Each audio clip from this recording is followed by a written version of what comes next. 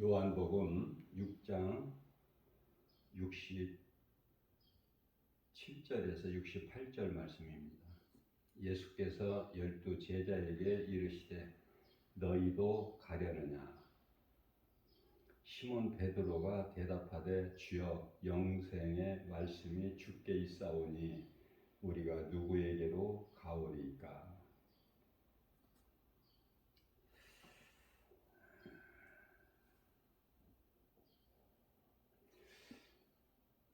예수님께서 광야에서 천국 복음을 진리의 말씀을 가르치실 때 많은 무리들이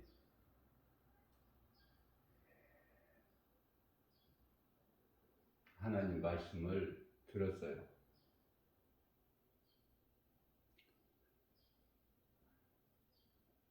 저녁 때가 가까워지는데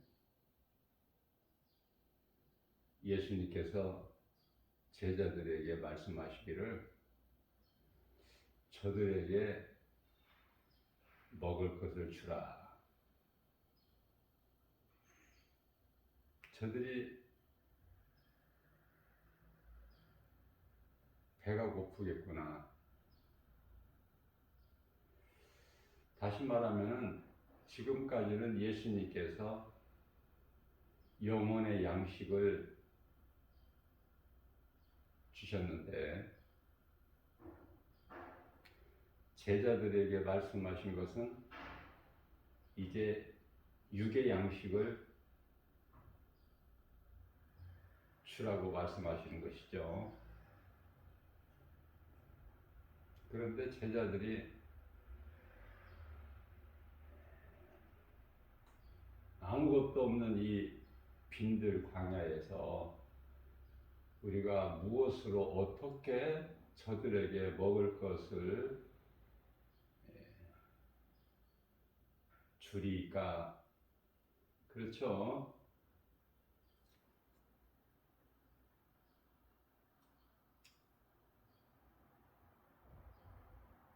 많은 돈이 있어야 되겠고 저들을 먹이려면 다시 말하면 능치 못함이 없으신 하나님의 말씀을 들었지만 정작 믿음이 없기 때문에 사람의 생각으로 불가능하다는 거 아닙니까?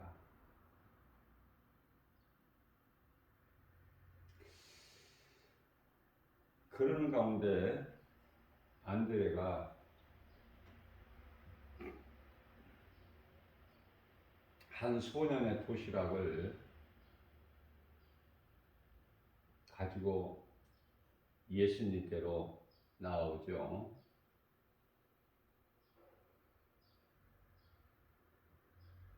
그게 이제 오병이었는데요.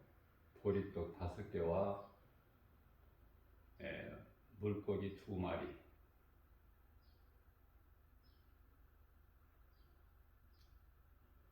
이제 작은 생선 아닙니까? 반찬으로 먹을 수 있는.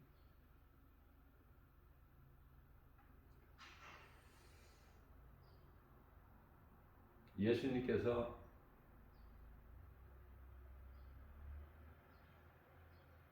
보리떡 5개와 생선 2마리 가지고 축사하셔서 그들을 다 먹이시는데 장병만 그 수가 5,000명이고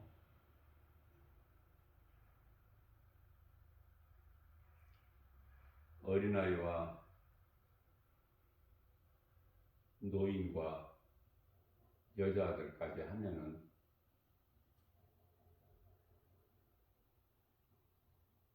10,000명이 훨씬 넘겠죠. 배부르게 먹게 하시고 12 광주리에 가득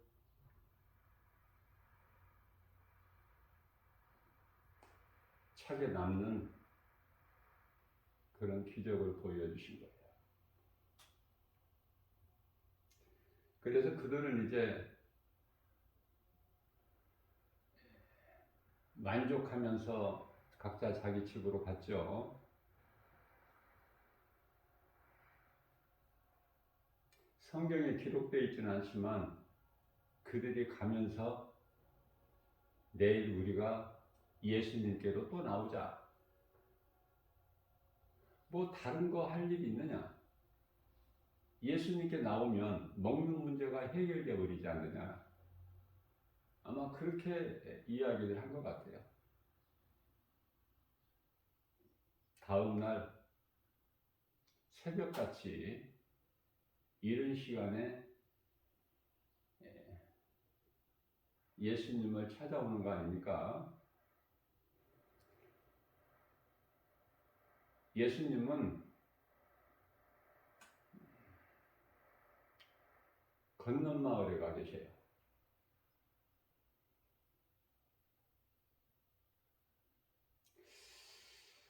그 먼 곳에까지 그들이 이제 찾아 예수님을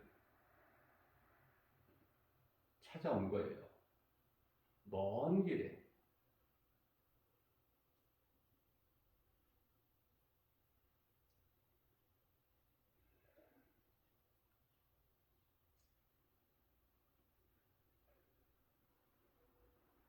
예수님께서 어제같이 또 말씀을 하시고 또 먹을 것을 풍성하게 주실 줄 알았는데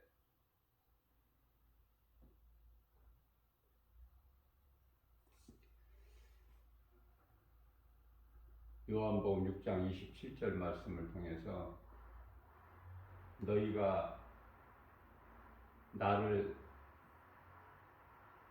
찾아온 것은 배를 채우기 위해서 왔다고 말씀을 하셔요. 그러시면서 요한복음 6장 27절 말씀에서 너희가 이와 같이 썩을 양식을 위하여 일하지 말고 썩지 아니할 영원한 양식을 위하여 일하라, 이런 말씀을 하시죠.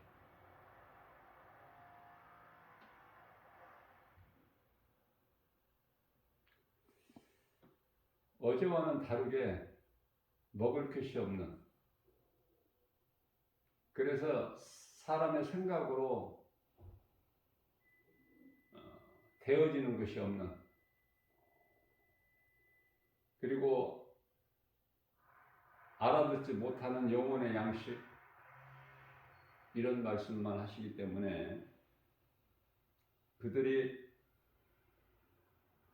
서로가 서로에게 수근수근 이야기하면서 예수님을 떠나가는 거 아닙니까? 가자. 재미없다. 어제하고는 다르다. 우리가 생각을 잘못했도다. 그렇죠? 다 떠나가고 이제 제자들만 남은 거예요. 예수님께서 그러한 상황에서 요한복음 6장 67절 말씀이 예수께서 12 제자에게 이르시되 너희도 가려느냐? 너희도 저들과 같이 나를 떠나 가려느냐 물어보시는 거예요.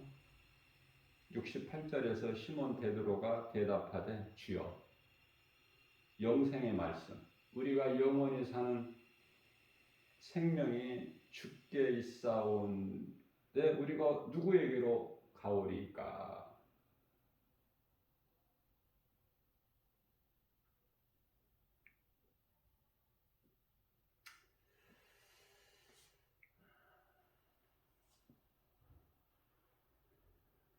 우리가 영원히 사는 생명은 예수님께만 있어요.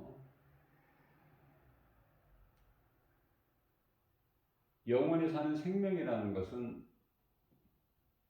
영원 구원받는 것인데요. 베드로전서 1장 9절 말씀 아닙니까?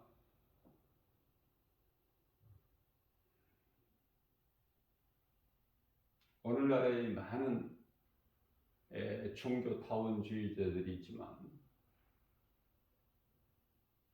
전부가 거짓된 것이죠. 사도행전 4장 12절 말씀을 통해서 다른 이로서는 구원받을 수 없나니 천하 사람 중에 구원받을 만한 어떤 이름도 우리에게 주시지 아니하셨다고 말씀하셔요. 한마디로 하나님 말씀이 믿어지면 간단한데 하나님의 말씀에 대한 믿음이 없으면 갈등해요. 의심해요.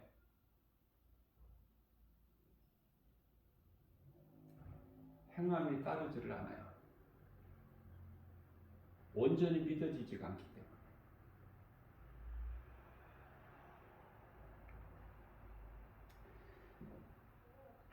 믿음이라는 것은 내가 예수님 말씀을 얼마만큼 믿느냐. 내가 믿는 예수님이 그리스도이시라는 것을 믿느냐가 중요해요. 그리스도는 구원자. 구약시대의 많은 시대별로 선지자들을 통해서 메시아가 오시면 너희를 구원하실 것이다. 그 메시아.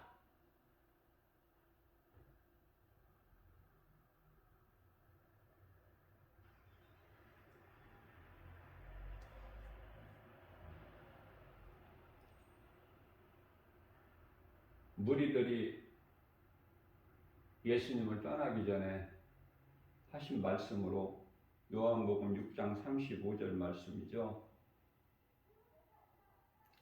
27절 말씀에서 썩을 양식을 위하여 일하지 말라 말씀하시고 35절 말씀에서는 예수께서 이르시되 나는 생명의 떡이니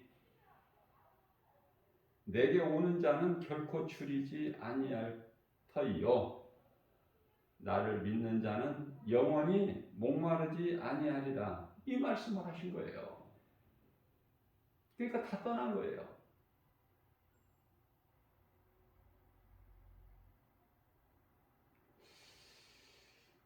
다시 말하면은 교회에는 사람들이 이 모양 저 모양으로 많이 모이지만 믿음으로 하나님의 말씀을 듣는 자들은 적어요. 그럼 많은 사람들은 교회 다니면서 그냥 다니는 거야. 형식적으로. 외식적이죠?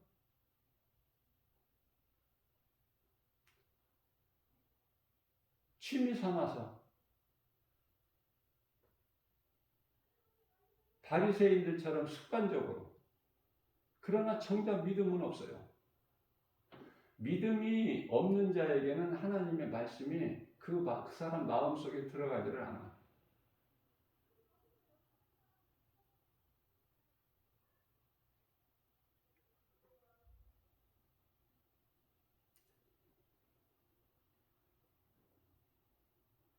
지금 우리는 두 짐승의 시대를 살고 있어요.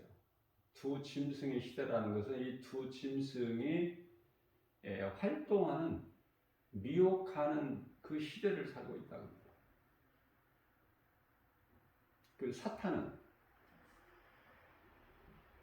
사탄은 직접 미혹하잖아요. 왜? 예수님께서 십자가에서 사탄의 권세를 깨뜨리셨어요.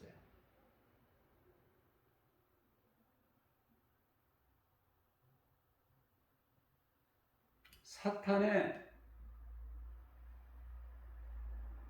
그 무장을 해제시켜 버리셨어요. 창세기에서 3장 15절 말씀을 통해서 여자의 후손으로 오셔서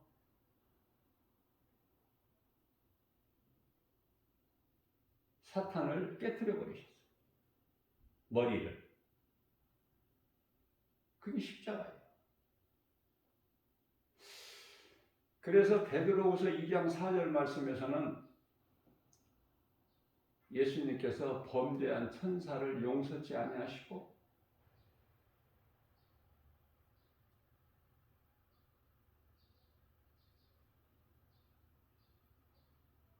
영원한 멸망과 심판의 날까지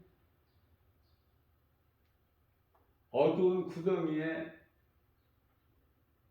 가두고 그것을 지키게 하셨다고 말씀하셔요. 그러면 지금 사탄이 활동하는 것이 아니라 사탄으로부터 권세를 받은 두 짐승들이 활동하고 있어요.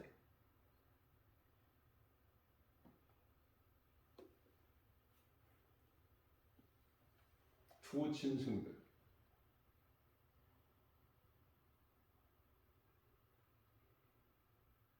그 두 짐승이 요한계시록 13장에 나오죠.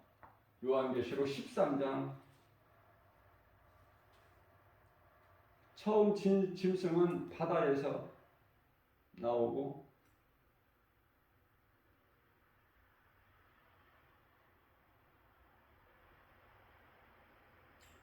바다에서 나오는 첫 번째 짐승은 머리가 7이야. 뿔이 10개고.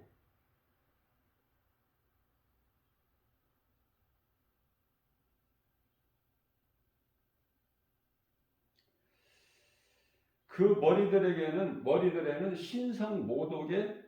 신성모독하는 이름들이 있더라. 그렇게 말씀하셔요. 그래서 사도 요한이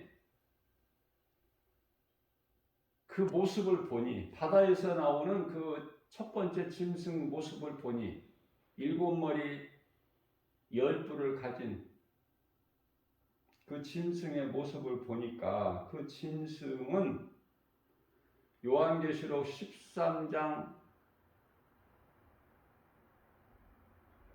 2절 말씀에서 마치 표범과 비슷하다. 표범과 비슷하다는 말씀은 이 표범은요, 색깔이 분명하지가 않아. 잘 감추어져.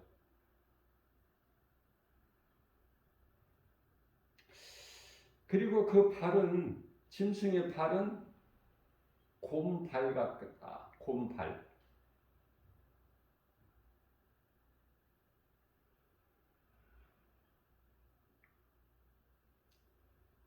그 입은 사자의 입 같은데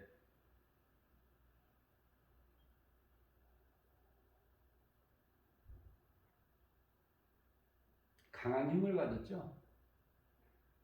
마귀로부터 권세를 받은 이 짐승이.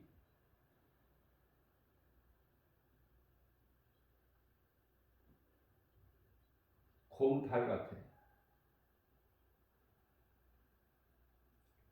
힘이 있어요.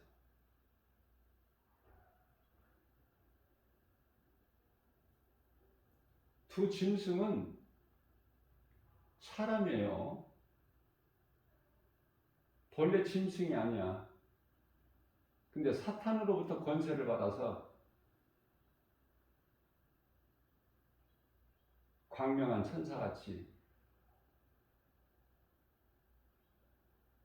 하나님을 대적하고 사람의 마음을 미혹하는 그 일을 하는,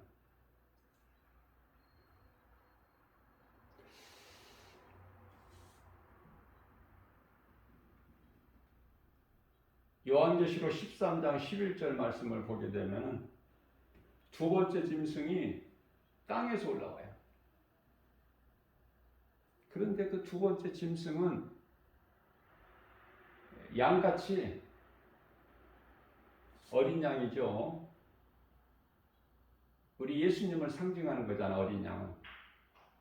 요한복음 1장 29절에 보라, 세상 죄를 지고 가는 하나님의 어린 양이로다. 예수님을 가르쳐서 세례 요한이 고백한 거예요. 어린 양같이 두 번째 땅에서 올라온 짐승이 두 뿔을 가졌다는 거 아닙니까? 사도 요한이 보니까 두 뿔을 가졌는데 그 두 번째 짐승의 입에서는 용의 말이 나와. 용의 말. 그러니까 이거를 요한일서 4장 1절에서 말씀하고 있는 영구별의 능력이 없으면 구별을 못하죠.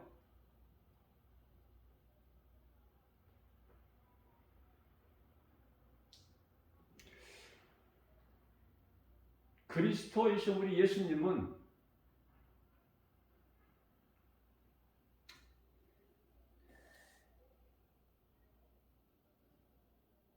요한계시록 19장 12절에서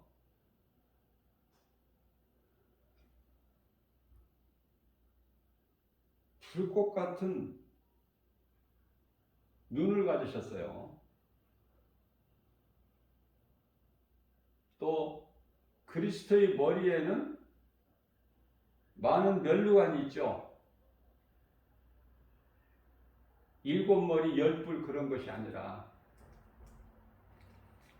눈은 불꽃 같고 머리에는 많은 면류관이 있다고 말씀하시죠.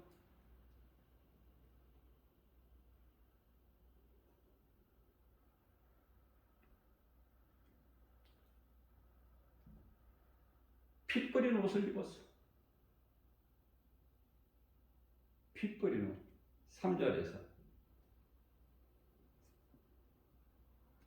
하늘의 군대들이 백마를 타고 우리 예수님도 백마를 타시고 하늘의 군대들도 백마를 타고 대장 되신 예수님을 따르는데 세마포 옷을 입고 따르지 않습니까? 요한계시록 19장 14절 말씀. 피 뿌린 옷을 입었다는 것은 13절이고요.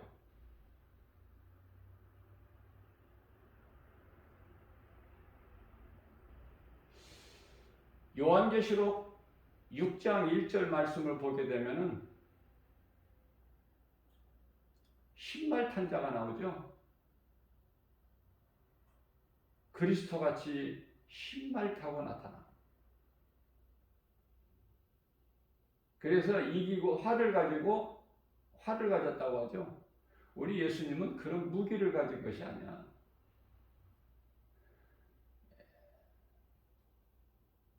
거룩하신 그리스도의 입에서는 날쌘 검이 나와요. 하나님 말씀 아닙니까? 날쌘 검이 나와. 히브리서 4장 12절 말씀을 보게 되면 하나님의 말씀이 살아있죠. 움직이죠. 좌우 날쌘 어떤 검. 예리하죠. 혼과 영과 관절 및 골수를 찔러 쪼개까지 하시죠.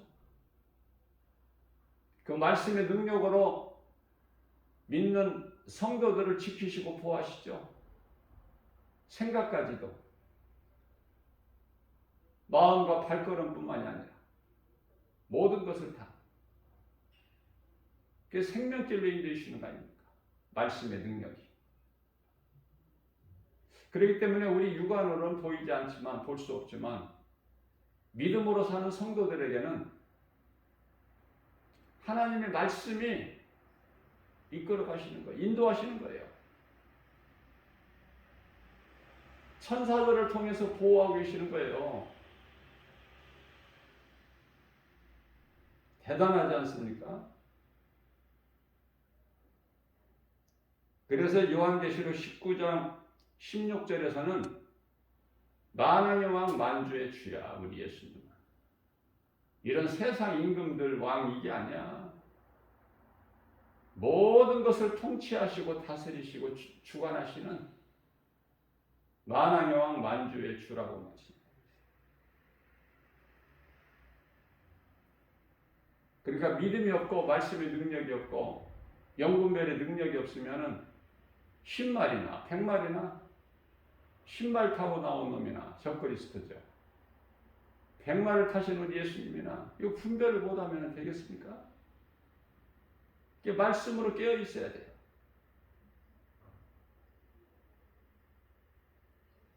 하나님을 사랑한다면서 하나님을 믿는다면서 말씀과 내가 가까이 하지 아니하면은 속과 겉이 다르는 거야. 행함이 없는 믿음 죽은 믿음이 되어버리는 거예요. 마음으로 믿는 예수가 아니라 머리로만 아는 예수가 되는 거 아닙니까?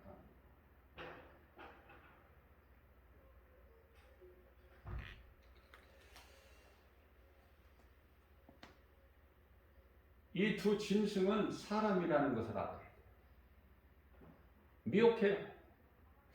그런데요, 요한계시록 13장 8절 말씀을 보게 되면은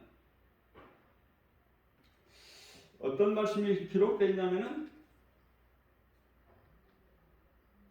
죽임을 당한 어린 양의 생명책에 기록되지 못한 자는, 기록되지 아니하는 자는 전부 이 짐승을 경배한다는 말입니까? 짐승을 섬겨. 짐승의 거짓말에 미혹돼서 거기에 열심을 내고 충성한다는 거 아닙니까? 그 끝은 영원한 멸망.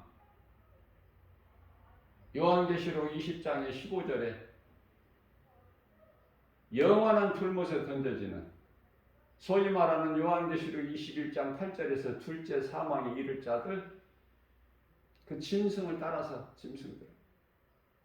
우리는 예수님을 따라야 영원히 사는 생명으로 영생복락을 누리죠.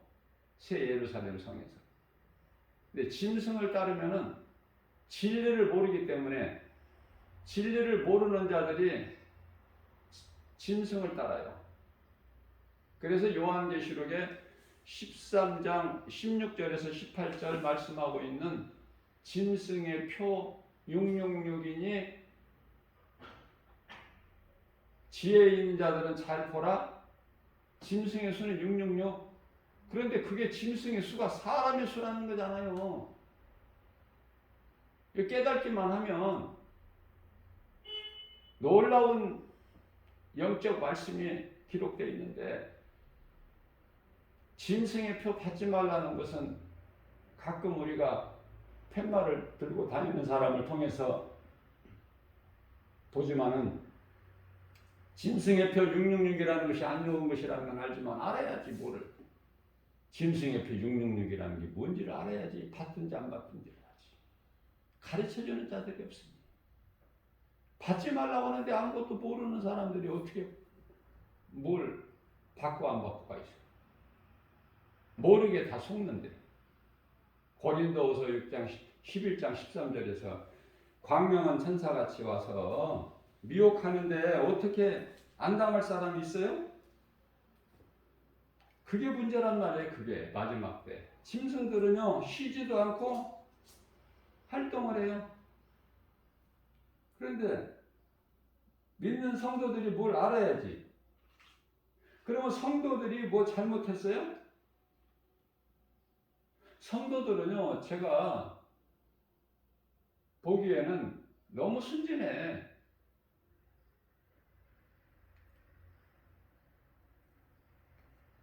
목사님들의 말씀을 잘 듣고 믿고 따르고, 그러니까 잘 가르쳐야 돼. 교회에서는.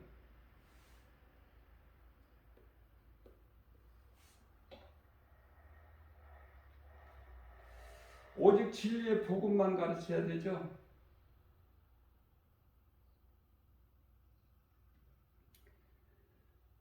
진리의 복음이 아니면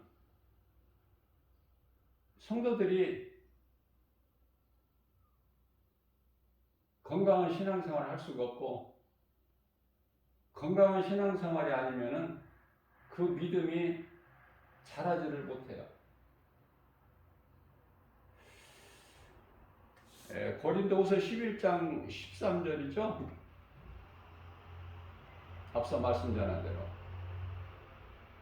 이 거짓된 자들이, 적그리스도 거짓 선지자들이 광명한 천사같이 온다. 미혹한다. 그렇기 때문에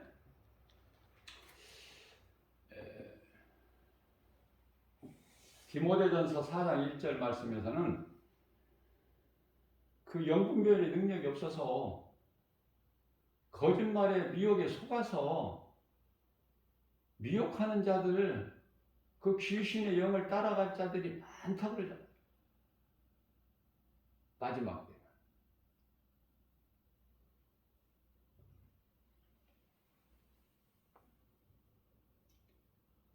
갈라디아서 4장 4절 말씀을 통해서는 때가 참해.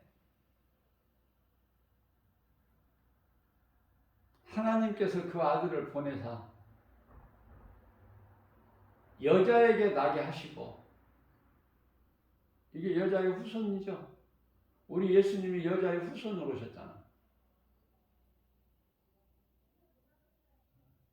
예수님께서 자기 땅에 오셨다고 그러잖아. 요한복음 1장 10절에서. 하나님이 이 세상에 계셨는데, 하나님이 세상에 계셨는데, 우리가 사는 세상에 계셨는데, 그 이름이 예수.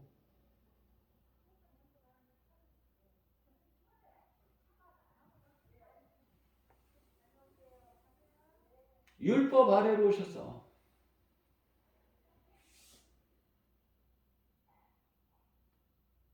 우리의 죄를 위하여. 그래서 율법으로 모든 사람이 죄인인데, 율법 아래에 있는 자들을 속량하시려고 건지셨나 봐요. 건지셔. 그래서 우리로 하여금 아들의 명분을 얻게. 예수님은 하나님의 아들로 오셨지만은 우리 또한 양자의 명분을 얻게 하게 하시고,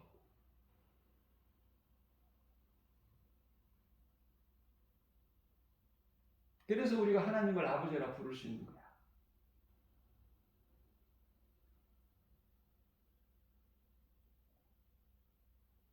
자, 그러면은 아무나 예수를 믿을 수 있는 것이 아니에요. 예수 믿는 것이 쉽지만은 예수 믿음으로 인하여 죄사함을 받고 의롭게 되는데, 누가 예수를 믿느냐? 하나님께서 택하신 자들입니다. 인생길의 끝자락에서라도 예수를 믿는 사람들 있죠? 노인분들. 하나님께서 택하셨기 때문에 일생을 허송세월을 했지만 하나님을 모르고 살아왔을지라도 결국은 예수 믿고 그 영혼이 구원받고 낙원에 가는 거예요.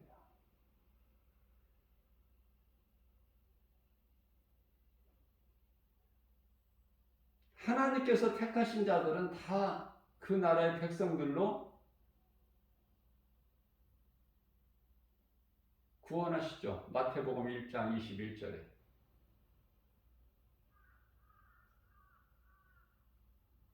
마태복음 1장 23절에 처녀가 잉태의 아들을 낳으리니 그 이름 예수라라고 그랬죠. 21절에서 이는 그가 그들의 죄에서 구원하시려고. 다시 말하면 2000년 전에 오신 예수님, 십자가에 달리신 예수님은 자기 백성을 위하여 구원하시려고 십자가에 달리신 거예요. 이제 잠시 후에 오실 예수님은 심판주야.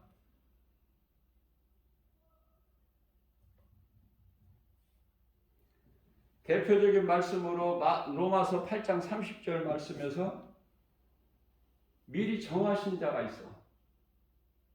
아무나 부르시는 것이 아니에요. 정하신 자를 부르신다니까.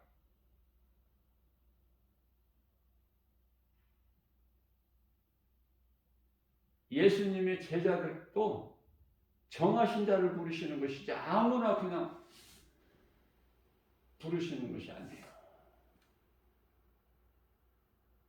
갈릴리 바다에서 고기 잡는 어부들 예수님이 부르시는 것도 다 미리 정하신 거예요.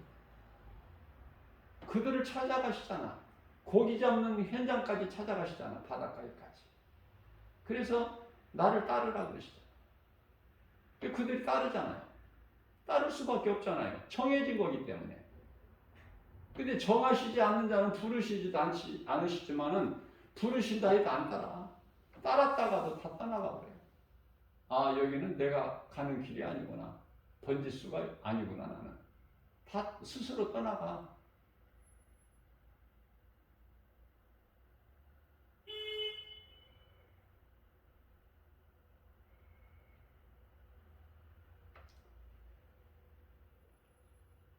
택하신 자가 아니면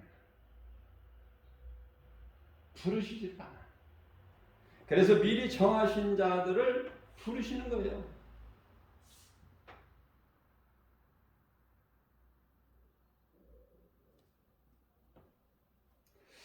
자, 그래서 에레미야서 1장 5절 말씀을 보게 되면은 선지자 에레미야도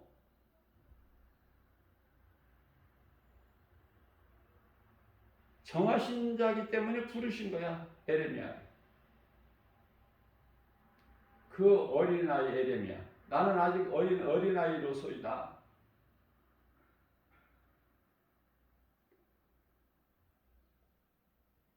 모태에서 잉태되기 전부터 정하셨다고 했잖아. 에레미야를 하나님께서 선지자로 쓰시려고. 뿐만 아니라 사도 바울도 마찬가지야. 갈라디아서 1장 15절 말씀을 통해서 나의 어머니 태로부터 나를 택하셨다는 거 아닙니까? 근데 그거를 모르고 살아온 거야. 인생 중반까지. 사도 바울이. 모태로부터 나를 택하셨고 나를 택하셨기 때문에 이제 인생 중반길에서 부활하신 예수님이 사도 바울을 부르시잖아요. 사울아, 사울아. 네가 왜 나를 핍박하느냐? 주여, 내가 네 시니까 내가 언제 주를 핍박했나이까? 예수님께서 너는 지금까지 인생 중반길까지 살아온 너는 그 길이 아니야. 나를 핍박하는 자가 아니라 나를 증거할 자야. 그러니까 사도 바울이 사울로 살았다가 주의 음성을 듣고 100% 절대 복종하죠. 택함 받았기 때문에 하나님의 말씀을 들을 수 있고 들려지고 믿어지는 거 아닙니까? 택하셨기 때문에. 택하지 않는 자들 아무리 교회에다 데려다 놔도 안 맞아. 번지수가 낙이잖아. 요한복음 8장 44절에 너희 아비는 낙이니, 요한복음 8장 47절에서 내게 속한 자는 내 말을 들으나 예수님 말씀을 듣는다는 거 아닙니까? 그러나 너희가 내 말을 듣지 않는 것은 내게 속한 자들이 아니기 때문이다. 너희 아비는 마귀야. 하나님께서 창세기서 1장 4절에서 빛이 하나님 보시기에 좋았더라.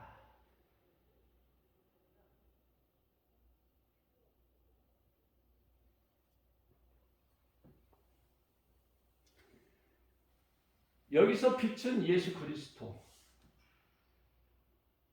왜 이 빛을 보시고 좋았더라? 그렇게 하셨을까 말씀을?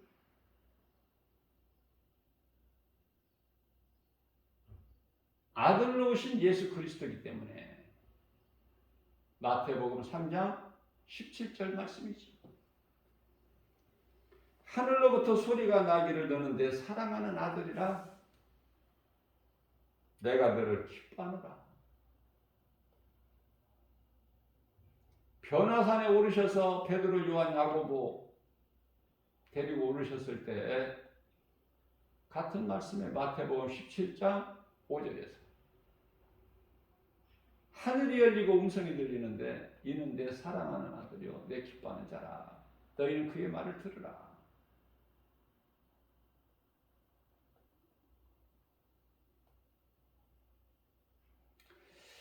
그래서 로마서 8장 30절 말씀에서는 이와 같이 정하신 자들을 부르시고 부르신 그들을 의롭다 하시고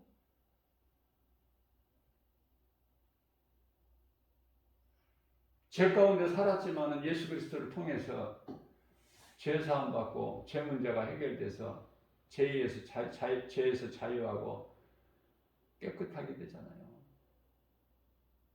잠시 더러워졌을 뿐이야. 그들을 예수님께서 깨끗하게 하시고 그들이 이제 낙원으로 입성하는 거야 결국. 그래서 깨끗하다 하시고 의롭다 하시고 그들을 영화롭게 하셨다. 누가? 예수 그리스도께서. 행복자로 살다가 천국에 가는 거야. 그러면은 마귀에게 속한 자들은 이 땅에 살면서 이 모양 저 모양으로 불행자로 살다가 결국은 마귀가 들어가는 영원한 지옥 불못에 들어가는 거 아닙니까? 완전히 다르는 거야 번지수가. 창세기에서 1장 4절에서 빛과 어둠을 나누셨다니까.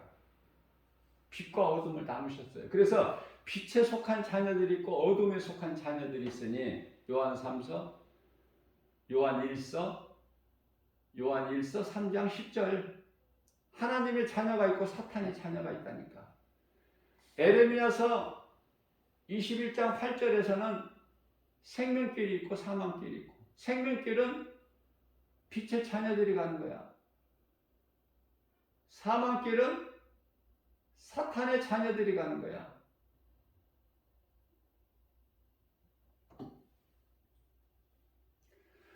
분명하게 하나님께서 이와 같이 말씀하시는데 깨닫지를 못하기 때문에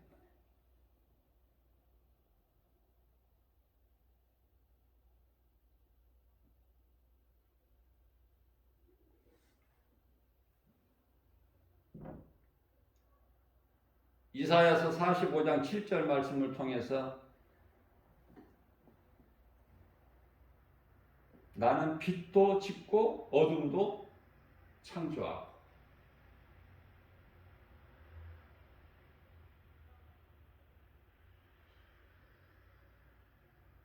모든 것이 다 하나님 주권에 있어요.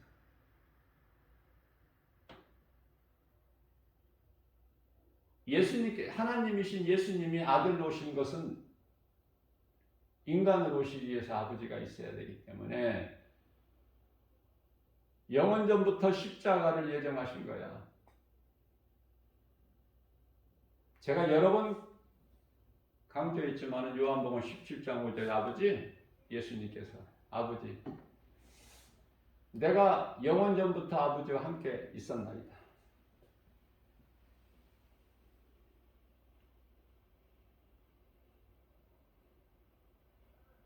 죽임을 당하러 오신 거예요. 우리 예수님은.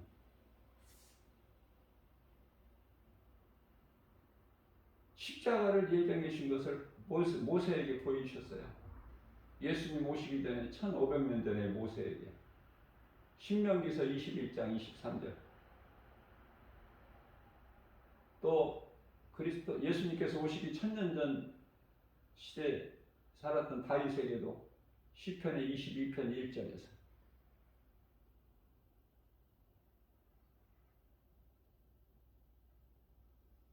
내 하나님이여 내 하나님이 어찌하여 나를 버리셨나이까? 왜 나를 멀리하시고 돕지 아니하시오며 나의 신음소리를 듣지 아니하시나이까?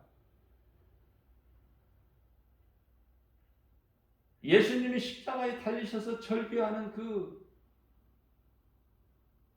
소리가 그대로 다윗에게 보여주신 거예요. 그 예수님이 그때로부터 1000년이 지난 다윗으로부터 지금으로부터 2000년 전에 인간으로 오셔서 성육신이 아닙니까? 오셔서 십자가에 달리시죠.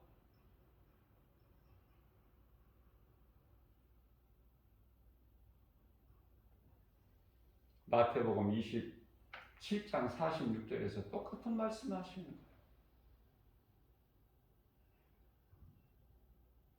엘리 엘리 라마 사박하니 나의 하나님 어찌하여 나를 버리시나이까? 똑같은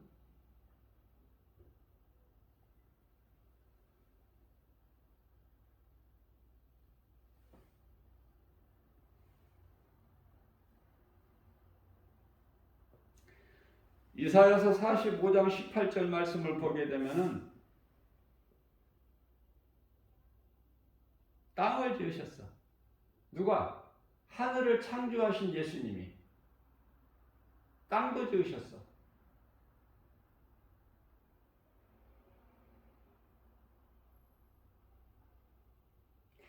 그래서 요한복음 1장 10절에서 그는 예수님, 그가 자기 땅에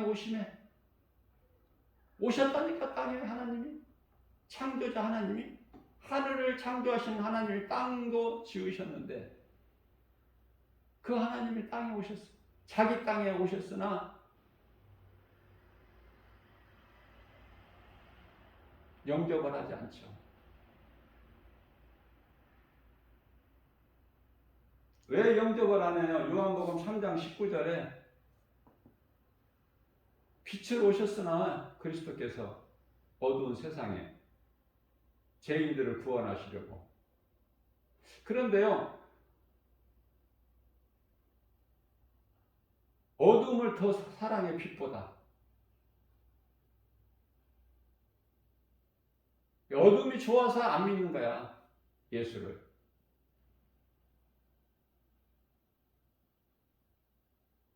자기들의 행위가 악함으로 빛 가운데 나오면 다 행위가 드러나버려.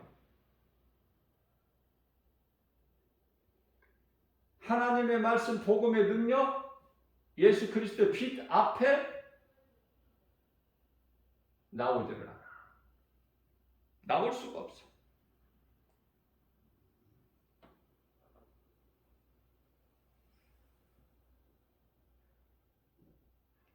우리가 이 믿음으로 살아가는데 인생길에서 우리가 이 욥을 생각하지 않을 수가 없죠. 우리는 이 성경을 통해서 하나님의 마음을 조금이라도 좀 헤아려 볼 수가 있어야 돼요. 성경을 아무리 많이 읽어도 하나님의 마음을 헤아리지를 못한다면 그거 성경 읽은 게 아니야.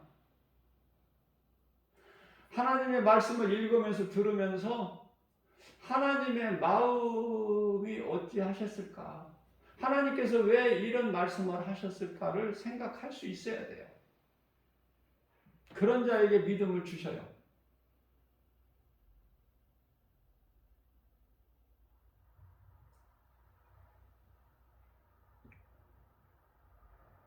욥은 큰 환난 가운데서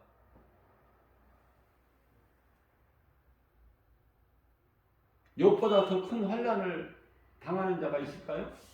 인간이? 그래서 욥기서가 42장까지 그냥 장황하게 펼쳐져 있는 것은 거기서 좀 깨닫고 배우라고. 아무것도 아닌 거라는 것을. 뭐가?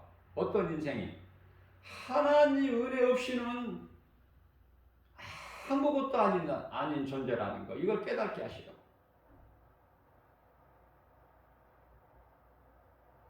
아무리 시험 환난 중에도 욥 같은 상황에서도 하나님이 함께 하시고 욥과 함께 하신 하나님께서는 욥의 환경과 형편과 처지를 다 아시고 계신다는 거. 그래서 염려하지 말라는 거야. 잘 될 거니까. 요셉이 애굽의 종으로 팔려가서 13년의 그 고난의 세월은 과정일 뿐이야. 에베소서 3장 1절 말씀을 보면은 범사에 하나님의 때가 있다고 말씀하셔요. 그 때가 차야 된다니까. 때가 차야 예수님이 오셔. 때가 참에 여자에게서 나게 하시고 여자의 후손으로 오셨잖아. 2000년 전에. 또 때가 차야 그 수가 14만 4천 순교자의 수가 채워져야 예수님이 오셔. 다시 말하면 마태복음 24장 14절에서 이 천국 복음이 모든 민족에게 전파되리니 그제야 끝이 오리라. 때가 있어요. 다윗이 17세에 골리앗을 만군의 여호와의 이름으로 예수 이름 권세로 승리했죠.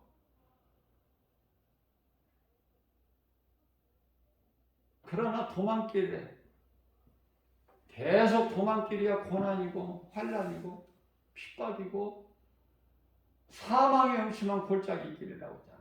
다윗이 고백하고 내가 시편 23편에서 내가 사망의 음침한 골짜기 길을 다닐지라도 하나님이 나를 지키신다는 거잖아요. 주의 지팡이와 막대기로 나를 안위하신다는 거 아닙니까? 그 믿음이 있었던 거예요. 다윗에게는. 다윗이 보통 고난을 받은 사람이에요?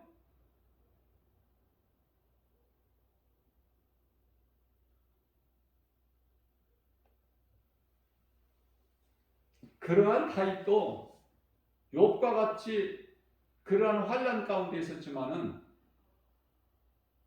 마침내 때가 차면 모든 고난을 다 이기고 인내하고 하나님께서 기름 부으신 사울 왕을 죽일 기회가 3번이나 있었는데 안 죽여.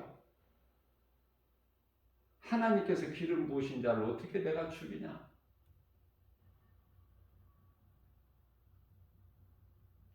왜냐하면 어떤 악인도 하나님께서 세우신 거야. 왕들도 권세자들도 두 짐승까지도. 그런데 뭐 우리가 더 할 말이 있어요?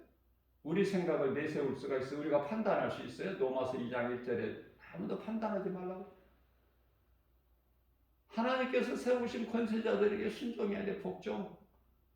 그래서 제자들이 순교할 때 내가 죽는 것이 억울하다 그런 제자들이 있었어요? 한 사람이라도? 다 복종하잖아. 하나님 말씀이니까.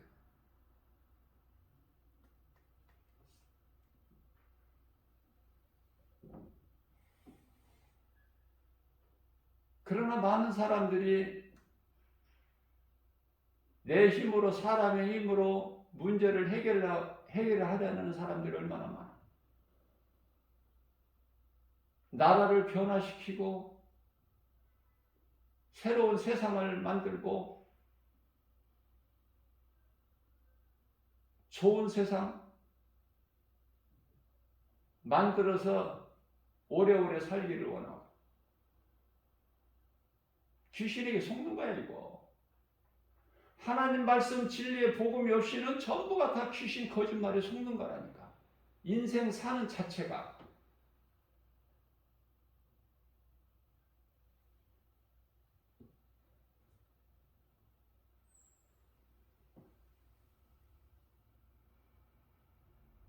그러한 다윗도 모든 환난을 시험을 고난을 다 그 역경을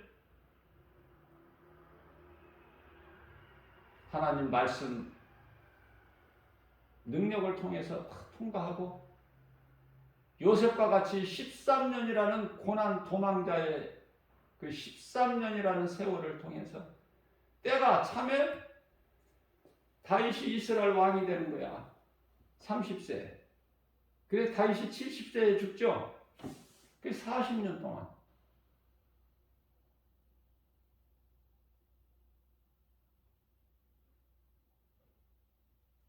헤브론에서 7년, 예루살렘에서 33년의 세월, 40년 동안 이스라엘 왕으로서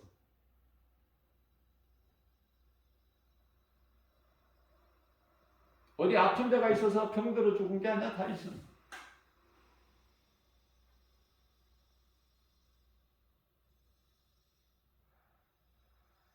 그냥 힘이 없어. 몸이.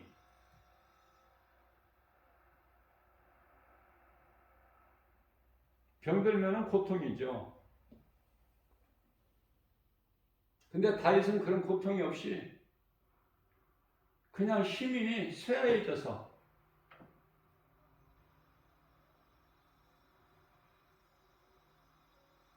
몸이 차가워. 기운이 없으면 온기가 없고. 그래서 아리따운 아비삭을 곁에다가 두어도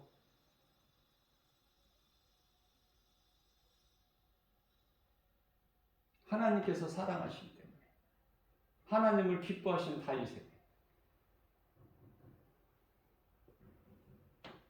인내해야 돼요. 우리가 살고 있는 이 세상은 험하고 슬픔이고 수고고 고난이라니까요. 세상에서 껄껄거리고 자랑하면서 누리고 사는 것이 아니라 그리스도인의 삶은 고난이라니까. 육체로는.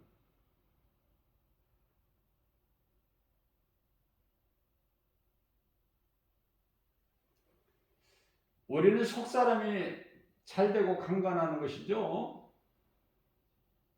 예수 그리스도 구속 안에서.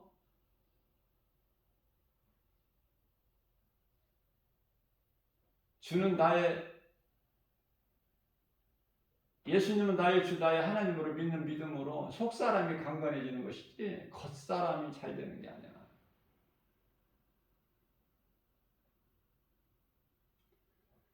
사람은 땅의 흙에서 왔기 때문에 몸은 창세기에서 2장 7절에 사람의 몸은 땅의 흙에서 왔어요. 본질이 흙이에요. 다시 말하면 몸의 본질인 흙을 가까이 하면은 몸은 건강해요. 본질이기 때문에 땅의 흙이. 그래서 땅을 가까이 하면은 몸이 건강해지는 거야.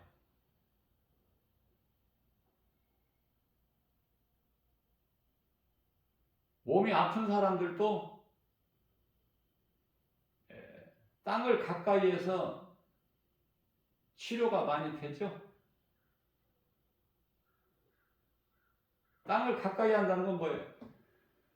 오늘날에 이제 이 모든 도로가 다 포장이 돼 있잖아. 아스팔트로. 땅을 찾아보기 힘들죠. 골목길까지도. 그러나 그냥 이 야산 같은 데만 가더라도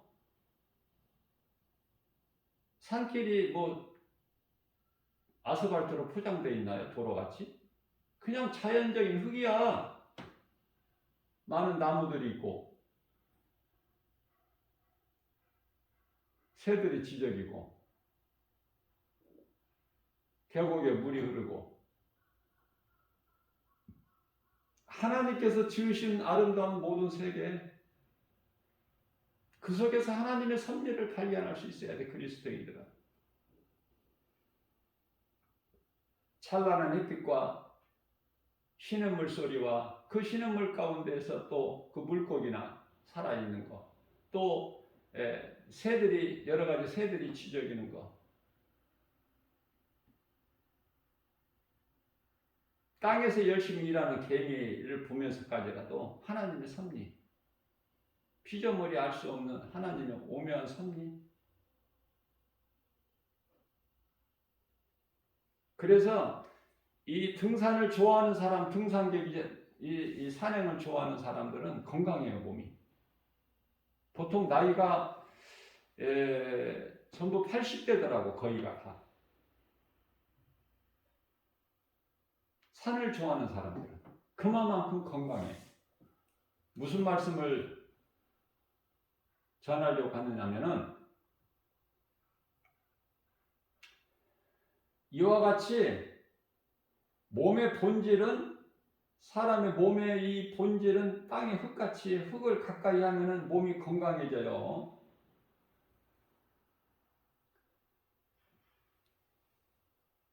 이와 같이 사람의 영은 본질이 하나님이야.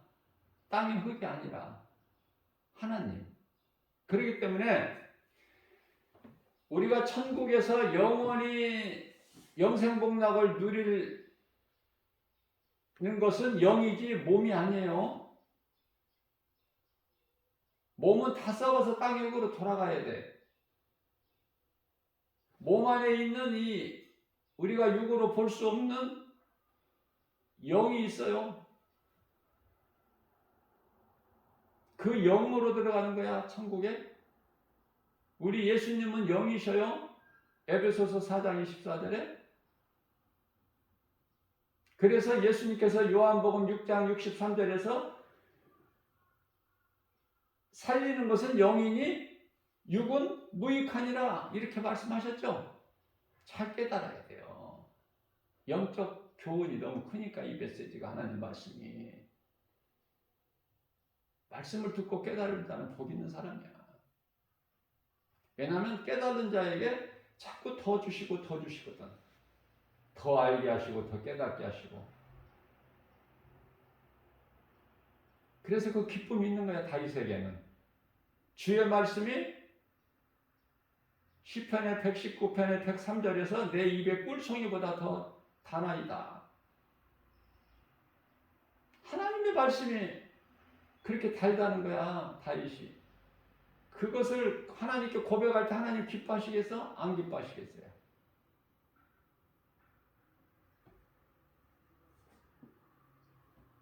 그래서 우리는 하나님 말씀을 가까이 할 때 내 영은 새로워지고 잘 되는 거예요. 그게 속사람이야.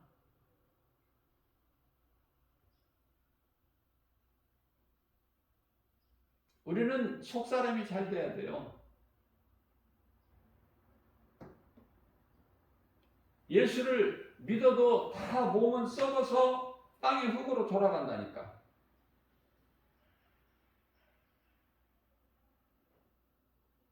몸에서 영혼이 빠져나가는 것을 죽음이라 그러는데 사망이라 그러는데요. 죽었다. 돌아갔다. 돌아가셨다. 무슨 말이야? 돌아가는 거야. 몸은 흙으로. 영은 하나님께로. 그런데 그 하나님은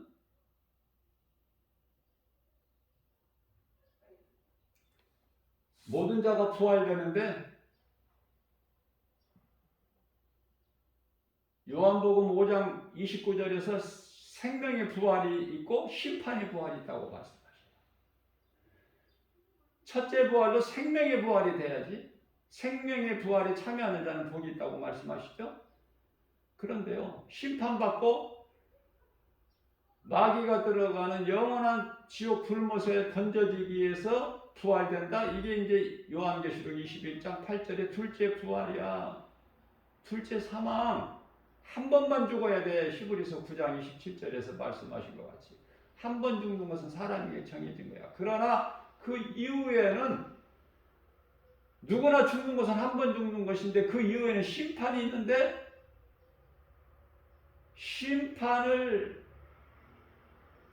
받고 또 영원히 죽어. 그걸 둘째 부활이라 둘째 사망이라 그래. 심판을 받기 위해서 부활돼. 그게 이제 사망의 부활, 심판의 부활 아닙니까? 말씀을 우리가 듣고 깨닫기만 하면 아 그렇구나. 그렇구나.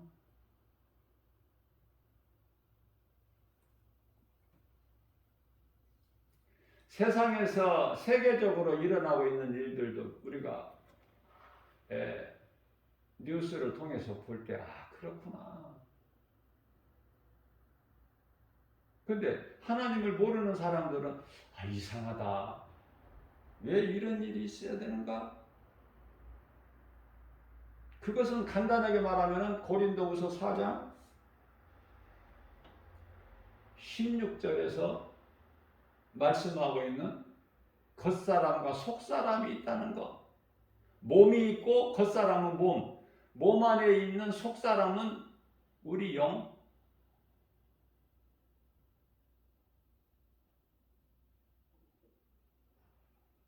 그걸 모르기 때문에 이상하다. 왜 이런 일이 있나? 왜 저런 일이 있고? 왜 오늘날의 이 우크라이나 이 전쟁, 러시아는 정체가 뭘까? 모르니까. 하나님을 모르게 되면은 그 사람은 아는 것이 아무것도 없어. 그럼 뭐만 알아? 짐승들이 알고 있는 눈에 보이는 것만, 땅의 것만. 구원받은 성도들, 그리스도인들은 뭐를 알아요? 되어질 일을 알아요. 하나님 말씀을 통해서 영적인 세계를 안다니까. 사후세계. 사람이 짐승과 같이 몸이 죽는다고 끝나는 게 아니잖아요. 사후세계가 있잖아. 그것은 천국같이요. 그걸 모르기 때문에 다시 말하면 인생이 사는 목적을 몰라. 본분을. 전도서 12장 13절. 인생이 왜 지음받았는가? 창조의 목적을 모른다니까. 죄로 잊어버렸어. 이사야서 43장 21절에 이 백성은 내가 나를 위하여 지었나니 나를 찬송하게 하려. 이 창조의 목적을 잊어버렸다. 자, 그래서 예수님이 오셨는데 죄 문제를 해결해 주셨어. 십자가에 달리셨죠. 우리가 예수를 믿어서 그래서 예수님 십자가에 달리신 것이 아니라 로마서 5장 8절 말씀을 보면 아직 우리가 죄인 되었을 때에 십자가에 달려 죽기까지 우리를 사랑하실 그 사랑을 확증해 주셨잖아요. 이제 우리는 이 진리의 복음을 그리스도께서 십자가에 달리시고 성경대로 장사지는 바 되셨다가 고린도전서 15장 4절이죠. 제3일 만에 부활하신 예수님 40일 만에 승천하시고 다시 오시겠다는 이 언약을 믿는 그 믿음으로 사는 거야. 고난을 참고 견디고 헤쳐나가는 거예요. 하나님의 말씀으로 위로받고 독수리 같은 새 힘을 얻어서 내가 살고 내게 있는 예수 생명 가지고 누군가를 또 살리는 일에 힘쓰면서 다시 말하면 하나님 사랑과 이웃 사랑을 몸소 실천하면서 그게 그리스도인이에요. 그러나 영이 없는 이 짐승은 뭐야? 눈에 보이는 것 땅의 것만 먹기 위해서 그걸 구하고 수고하고 노력하고 힘쓰고 열심을 내다가 결국은 전부가 다 하나같이 심판받고 영원한 지옥 불못에 던져지는 인생이 되는 거야. 얼마만큼 이걸 깨달으냐고. 그러면 그리스도인으로 산다는 것이 뭘까? 요한계시록 19장 8절에 성도에 있는데 세마포잖아요. 이기는 자에게 세마포를 주신다. 그런데요, 제자들의 삶을 통해서도 우리가 알 수 있지만 우리 각 개인의 삶 속에서도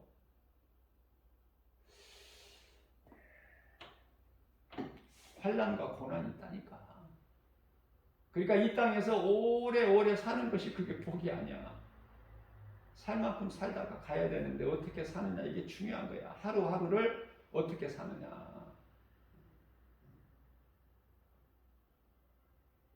자, 우리 예수님께서 고린도후서 4장 17절에서 말씀하신 것은 지금 우리가 받는 환난은 잠시 받는 것이다.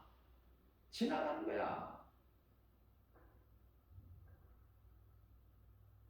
견디고 이기라는 거예요. 참으라는 거예요. 누가복음 18장 8절에서 내가 와서 너희 원한을 갚아주리니 그러나 내가 올 때 너희의 믿음을 보겠느냐. 우리는 조금만 믿음이 있고 조금만 행함이 있으면 예수님이 기쁘게 받으셔요. 우리 보고 무슨 큰 믿음 많은 것을 가지라고 하시는 것이 아니에요. 그것은 예수님의 그 긍휼을 얻은 자이기 때문에. 우리는 하나님의 자녀가 되는 권세를 가졌는데 부모가 자녀들이 똑똑하고 잘 돼서 사랑합니까?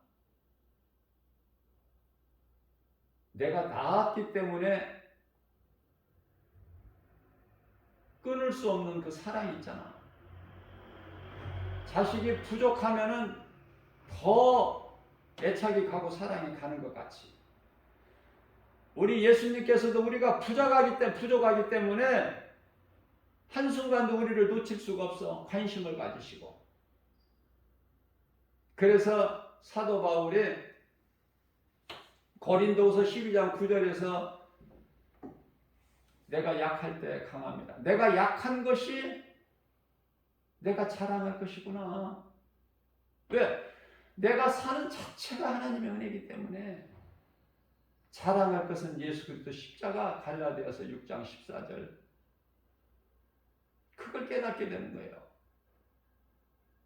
그래서 사도 바울이 사울로 살았을 때 모든 부여를 누렸고 이제 하나님의 사도로, 예수님의 사도로 살면서 모든 궁핍도 다 배웠고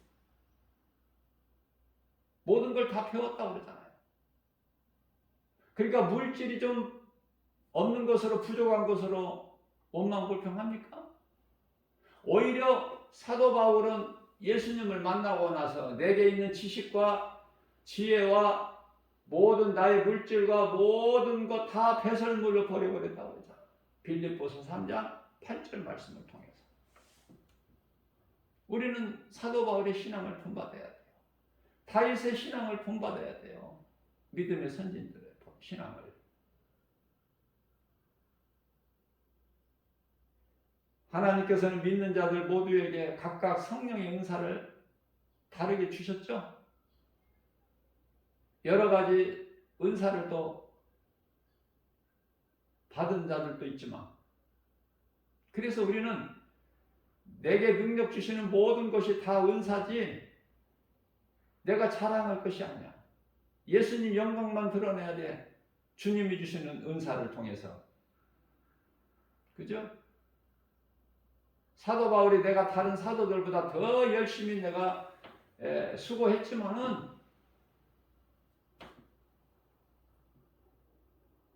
고린도전서 15장 8절에서 10절이죠. 만삭되지 못한 채 태어난 나 같은 자에게도 예수님 보이셨다는 거 아닙니까? 예수님을 만나고 나서 내가 다 열심을 낼 수밖에 없는, 그러나 내가 한 것이 아니라 내 안에 계신 그리스도께서 하셨다고 하잖아요. 내가 사는 건 하나님의 은혜라고. 디모데전서 1장 15절 말씀을 통해서 나는 죄인 중에 괴수다. 나 같은 죄인을 구원하신 나의 주 나의 하나님으로 믿어질 때 그저 그렇게 그냥 맹맹하게 살아갈 수가 없어. 하루하루를 소중하게. 오늘도 하나님께서 우리에게 좋은 날을 주셨구나. 어떻게든지 다윗과 같이 예수님을 기쁘시게 하는 삶을 살아야지. 그 믿음만 있으면 우리가 예수님으로부터 거저 긍휼을 입은 것 같이 우리도 누군가를 사랑하고 용서하고 긍휼히 여기고, 하나님의 말씀의 능력이 없이는 이기적인 삶을 살 수밖에 없어요. 생존 경쟁 사회에서, 이 세상에서 잘 되려면 남을 밟아야지. 남의 눈에서 눈물이 나야지. 내가 웃으려면은 그러한 인생 살지 말고 정말 하나님 말씀 앞에 나를 내려놓고 탐심과 정욕을 사도 바울처럼 갈라디아서 5장 24절 십자가에 못 박아버리고 오직 하나님의 말씀에 순종하여 작은 자로 살아가는 거예요. 바울이란 이름이 낮은 자잖아. 사울은 높은 자고. 하나님을 알면 알수록 나는 낮아지는 거야. 하나님은 너무 크시고 위대하시고 거룩하셔서 감히 내가 하늘을 우러러볼 수도 없는, 누가복음 18장의 13절에서 나는 죄인이로서이다. 베드로가 예수님을 만나서 큰 능력을 체험하고 나서 두려운 거예요.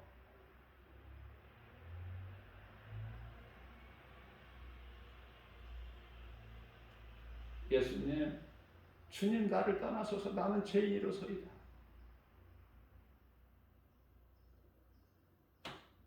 그런 고백이 나와야 되는 거 아닙니까?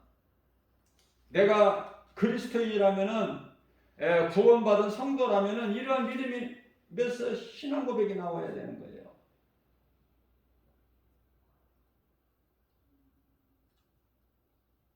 겸손하고, 겸손이라는 건 세상 겸손이 아니야. 주님 말씀 앞에 내 뜻과 생각을, 내 고집을, 내 경험과 지식과 내 자아를 버려버리는 거.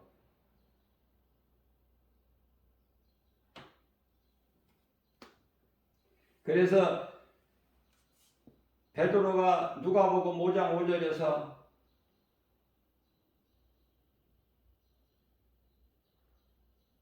내가 밤새도록 수고하여 잡은 것이 없지만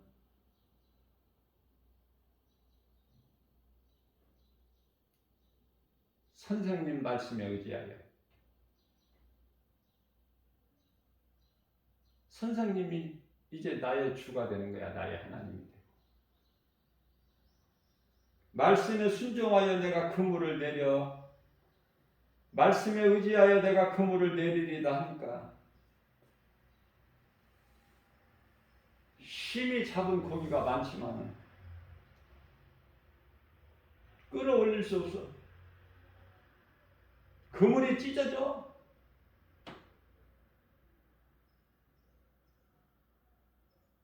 그러면은 베드로가 기뻐해야지. 그런데 베드로 고백을 보세요. 누가복음 5장 8절에서 주여. 이제 선생님이 주여로 바뀌어버려. 나의 주, 나의 하나님으로 바뀌어버려. 그러면서 뭐라고 고백해요? 주여, 나를 떠나소서. 예수님 앞에 꿇어 엎드려 주여, 나를 떠나소서. 두려운 거야, 베드로는. 있을 수 없는 일이 예수님 말씀에, 선생님 말씀에 순종했더니 힘이 많은 고기가 잡혀 끌어올리지도 못하고 그물이 찢어지고, 옆에 요한 야고보 불러서 도움으로 끌어올려 베드로의 배만, 빈 배만 채워지는 것이 아니라 요한의 배까지도 가득 채워지는, 함께 나누는 건데 나누면 나눌수록 더 부유해져, 더 차고 넘쳐진다는 거니까. 하나님 방법이. 주기를 아까워해서 못 주면 그 사람은 궁색해져요. 궁핍해져. 왜? 하나님의 말씀, 누가복음 6장 38절 주라, 그리하면 내가 너에게 흔들어 차고 넘치도록 후에 안겨 주리니, 믿음이 없으니까. 주는 것이 아까운 거야. 하나님 말씀을 믿는 자는 자꾸 주는 자가 되는 거야. 마태복음 10장 42절에서 줄 것이 없으면 냉수 한 그릇이라도 예수의 이름으로, 믿음으로 주는 자가 되면은 부유해져요. 왜? 예수님이 다 보고 계시잖아. 우리의 말하는 거, 행하는 행위를 다 보고 계시잖아요. 하나님 앞에 잔깨 부리지 말고, 전도서 7장 29절에 하나님은 사람을 정직하게 지으셨는데 사람이 스스로 잔깨를 낸 거야. 이렇게 추하고 더럽게 된 거야, 인간이.